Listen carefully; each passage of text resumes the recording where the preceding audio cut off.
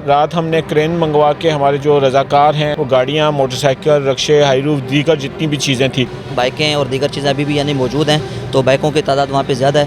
अंधेरा खूब है और हीट इतनी है कि वो बर्दाश्त से बाहर हो रही है। आग तक पानी पहुँच नहीं पा रहा।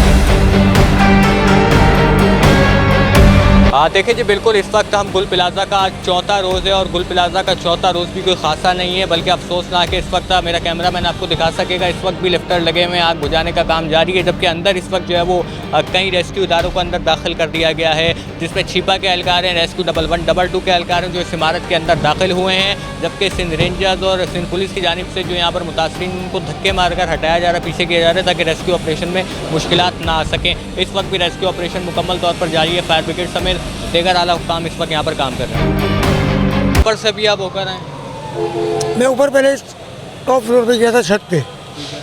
छत की पोजीशन ये है कि बाइकें वगैरह जो लॉक खड़ी हैं वो तो महफूज हैं, मगर छत फट गई है, उसमें से धुआं आ रहा है। छत पे कुछ नहीं मिला। फिर मैं थर्ड फ्लोर पे गया तो वहाँ अंधेरा खूब है और हीट इतनी है कि वो बर्दाश्त से बाहर हो रही है। अच्छा, आप जब ऊपर गए वहाँ कुछ लाशें वगैरह देखी हैं आपने? मैं वही देखने गया था।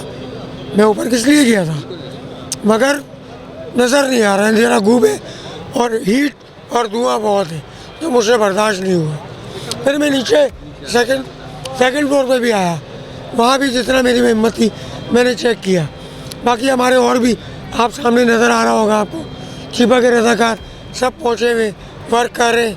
इंशाल्लाह जैसा होगा। कुछ भी नहीं मिला, आप भी आए, बाकी कुछ बताया हो आपको? कुछ तो मिला होगा ना ऊपर, आप ज़ाहिर देख कर आए इतना कुछ। बेटा ऊपर हीट इतनी है, अंधेरा खूब इतना है कि हमें नज़र नहीं आ रहा। नज़र बाकी कोशिश कर रहे हैं, सब कोशिश जारी है। अच्छा, मुझे ये बताइएगा, हम देख रहे हैं कि जो रेस्क्यू हुक्काम है, रेस्क्यू टीमें हैं, शुरू में वो अंदर दाखिल नहीं हो सकी थी, तो यहाँ पर मौजूद लोगों का ये दावा है शायद अगर वो पहले अंदर दाखिल होती तो कुछ जानें बचाई जा सकती थी। देखिए यहाँ पे जो जितने लोग हैं सबकी अपनी अपनी बातें हैं, अपनी अपनी राय है। जो रेस्क्यू टीम है, जो जितना उनके बस में है, उतना जितने उनको हालात दिए हैं गवर्नमेंट ने, वो वही इस्तेमाल करेंगे ना। जो उनके पास है उन्होंने वो इस्तेमाल किया और माशाल्लाह काम किया है जिस सिस्टम से होना चाहिए था। जैसे ग्रिलें हैं उसमें पानी मार रहे, आग तक पानी पहुँच नहीं पा रहा है, जिसमें एक फायरमैन शहीद भी हुआ है, ये सबको पता है। उनके भी बच्चे हैं, उनके लिए भी दुआएं करें। फ़िलहाल तो ये रेस्क्यू टीम वगैरह सब अंदर घुस चुकी है, फ़िलहाल उनके लिए दुआएं करें जिनके लोग खो गए हैं, उनकी अमानतें उन तक पहुंच जाए। इस वक्त मरकज़ी मुस्लिम लीग कराची के कैंप पे हम मौजूद हैं। अहमद नदीम अवान साहब मौजूद हैं। अहमद साहब, कल गाड़ियाँ भी यहाँ से निकाली गई हैं आपकी जानिब से, कितनी गाड़ियाँ निकाली गई हैं और किस तरीके से निकाली गई हैं? क्योंकि बड़ा मुश्किल काम था। हम देख रहे हैं कि जो गाड़ियाँ थी वो इस तरह 3 दोस्तों छत पर मौजूद। देखें जी, पार्किंग तो सारी छत के ऊपर थी और बहुत बड़ी तादाद में मोटरसाइकिल और गाड़ियाँ इसके ऊपर मौजूद थी। लोग परेशान थे। एक तो यह है कि इस मलबे में से लाशें निकालने का बड़ा अहम काम था जो कल हम लोगों ने किया, और इस वक्त हमारी रेस्क्यू टीमें दोबारा अंदर दाखिल होने की कोशिश कर रही हैं ताकि हम बेसमेंट से, मेज़नाइन से जो डेड बॉडीज़ हैं उनको रिकवर कर सकें। दूसरा, जो हिस्सा इसका मौजूद था उसके ऊपर रात हमने क्रेन मंगवा के हमारे जो रज़ाकार हैं सारी रात इस काम को करते रहे। दिन में यहाँ रश ज़्यादा होने की वजह से दिन में ये ऑपरेशन मुमकिन नहीं था, तो रात में हमने इस ऑपरेशन को किया। सुबह 6 बजे मुकम्मल किया।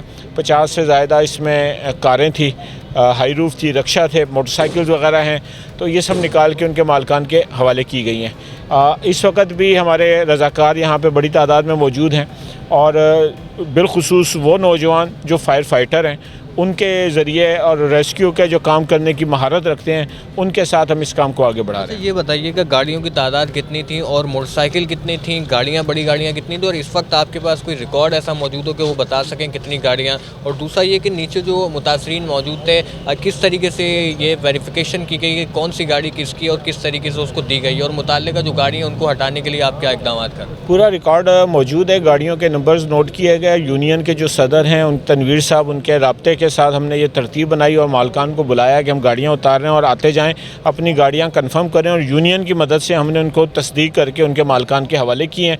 वो गाड़ियाँ, मोटरसाइकिल, रक्शे, हाईरूफ, दीगर जितनी भी चीज़ें थी, तो इसमें पूरा एक प्रॉपर तरीका किया गया है ताकि जो दुरुस्त सही मालिक है उसकी गाड़ी उसके हवाले की जा सके। अच्छा, इस तनवीर कासिम पास्ता जो कि गुल प्लाजा के चेयरमैन भी है, तो उनसे कभी आपने मौक़िफ़ लियो कि गाड़ियाँ ऊपर खड़ी की गई थी तो ऊपर कोई पार्किंग एरिया मुख्तस था, और पार्किंग जो होती थी आया कि वो दुकानदारों की होती थी या इलाका मकीन भी वहाँ पर कोई गाड़ियों की पार्किंग करते थे? देखें, इस वक्त मीडिया पे चीज़ें सारी वाज़े तौर पर आ रही हैं कि ये प्लाज़ा बना कब था, इसमें नया फ्लोर कब डाला गया था, और जो पार्किंग एरिया था उसमें दुकानें बना के पार्किंग छत के ऊपर मुंतकिल कर दी गई थी। ये जो कुछ भी हुआ है, मैं समझता हूँ कि सिंध बिल्डिंग कंट्रोल अथॉरिटी जो है, ये इसका काम था कि ये बिल्डिंग की इंस्पेक्शन करती, यहाँ पे फायर सेफ्टी की जो चीज़ें हैं उनको मुकम्मल करती। शहरी हुकूमत की ये ज़िम्मेदारी बनती है। ये कोई पहला शॉपिंग प्लाज़ा नहीं है कि जहाँ आग लगी हो। हम हर साल एक बड़े शॉपिंग प्लाज़ा का जो है सानिया वो भी देखते हैं। हमें पिछले एक साल में 2600 से ज़्यादा छोटे बड़े आग लगने के वाक़यात हुए। होना तो ये चाहिए था कि शहरी हुकूमत, पिछली दफ़ा भी मेयर कराची का ये दावा था कि हम कोई बिल्डिंग जो है ऐसी नहीं होगी कि जहाँ फायर सेफ्टी के इक़दाम ना हो, हम उसको यकीनी बनाएंगे, वरना उस बिल्डिंग को सील कर देंगे। देखें, जब ये सील करने आते हैं, ये बिल्कुल DC ऑफिस है, जब ये सील करने आते हैं तो पूरा बाज़ार सील कर देते हैं, और जब ये आंखें बंद करने पे आते हैं, गफलत करने पर आते हैं, तो फिर इतने बड़े बड़े सानियात जो है इस गफलत का नतीजा है।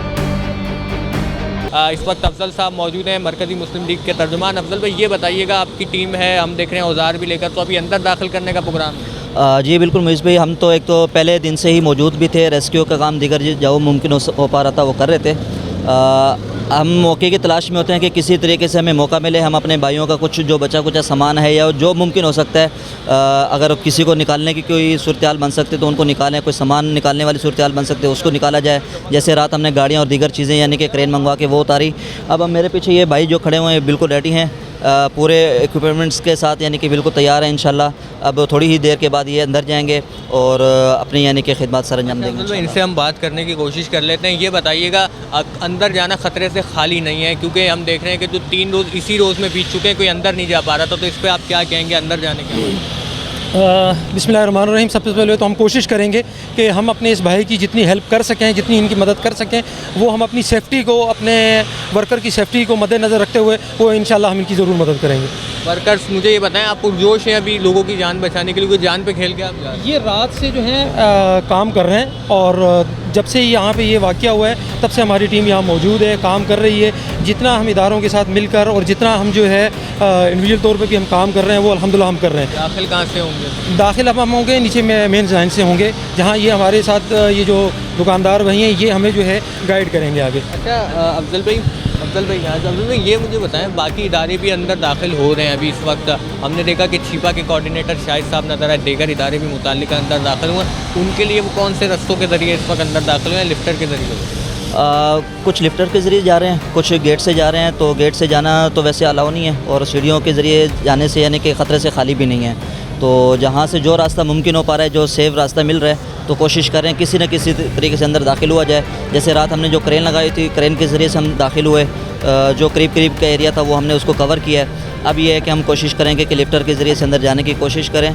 तो जैसे रास्ता में मुमकिन जो भी मिलेगा इंशाल्लाह हम अंदर जाएंगे। तो गुल प्लाजा के ऊपर जो आपने बताया वहाँ पे मोटरसाइकिलें मौजूद थी, गाड़ियाँ मौजूद थी, अभी इस वक्त कितनी तादाद है गाड़ियों की? क्योंकि कल हमने देखा कि गाड़ियाँ उतारी गई कल रात में, तो अभी कितनी मौजूद हैं और उसमें ज़्यादातर क्या है, बाइक्स हैं या मोटरसाइकिलें, क्या? इस वक्त असल में हमने जो रात ऑपरेशन किया था ना, जो महफूज जगह थी, वहाँ से कारें, गाड़ियाँ, रिक्शे, सुजुकियाँ, सारा कुछ हमने निकाली हुई थी।